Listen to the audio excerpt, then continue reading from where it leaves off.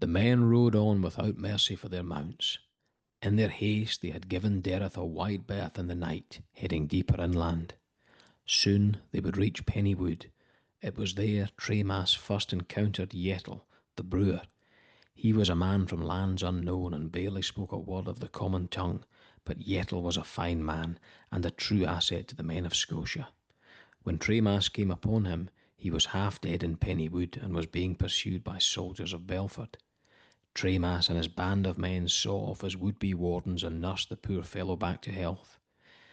This good deed alone almost turned the tide in the Borders War, for Yettel had been smuggling goods into Scotia through Pennywood Cove, a once secret port that the enemy was using to land troops and supplies behind the border.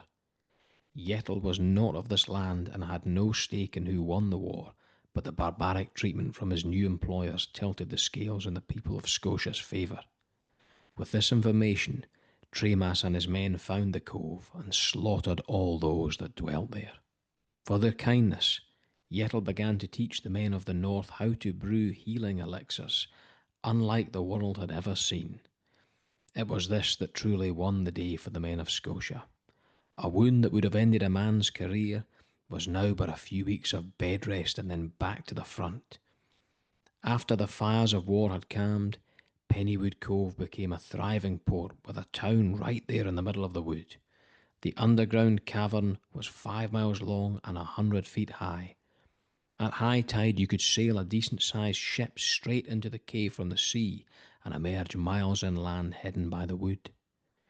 It was a fine strategy by the men of Belford. Had a better man been put in charge of the port, the war may have gone the other way indeed. As the party entered the wood, Tremass called back to them, "We will stop at Pennywood Port to fix Dedge's saddle. Gather what we need, then be off." As the men made their way through the towering pine wood, Dedge seemed to become disgruntled. He made his way to the front in the hope of grabbing Tremass' ear. "Tremaid!" Dedge called out.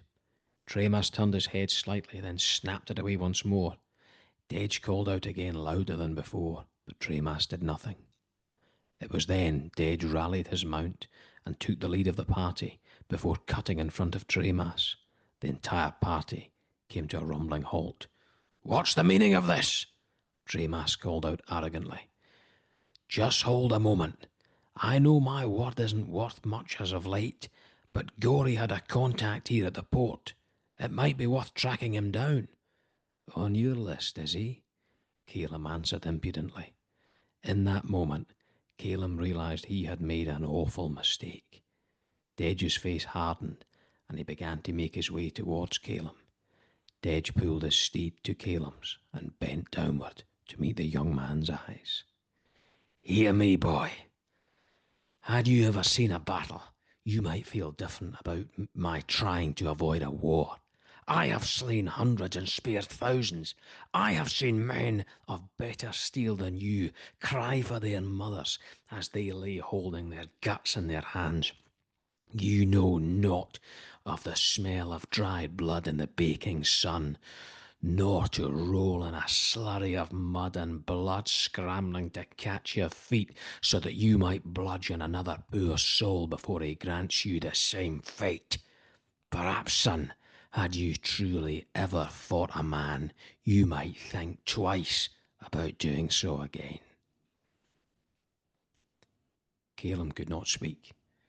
He simply tried to swallow the slab that now lay in his throat. Dedge broke his gaze, much to Caleb's relief, and moved back to his position beside Tremass.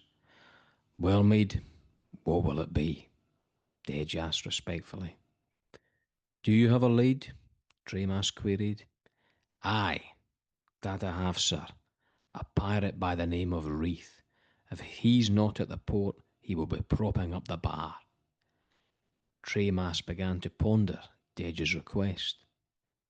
"I think it best we take the lead on this, Sir Dedge. With all due respect, I feel a gentle hand would serve us well." Hector interjected cautiously. "There will be no need. He is a mercenary through and through. Coin will loosen his tongue." The men looked to Tremass, his eyes like steel. His head gave a swift nod before turning his mule south once more and making haste for the town of Pennywood Cove.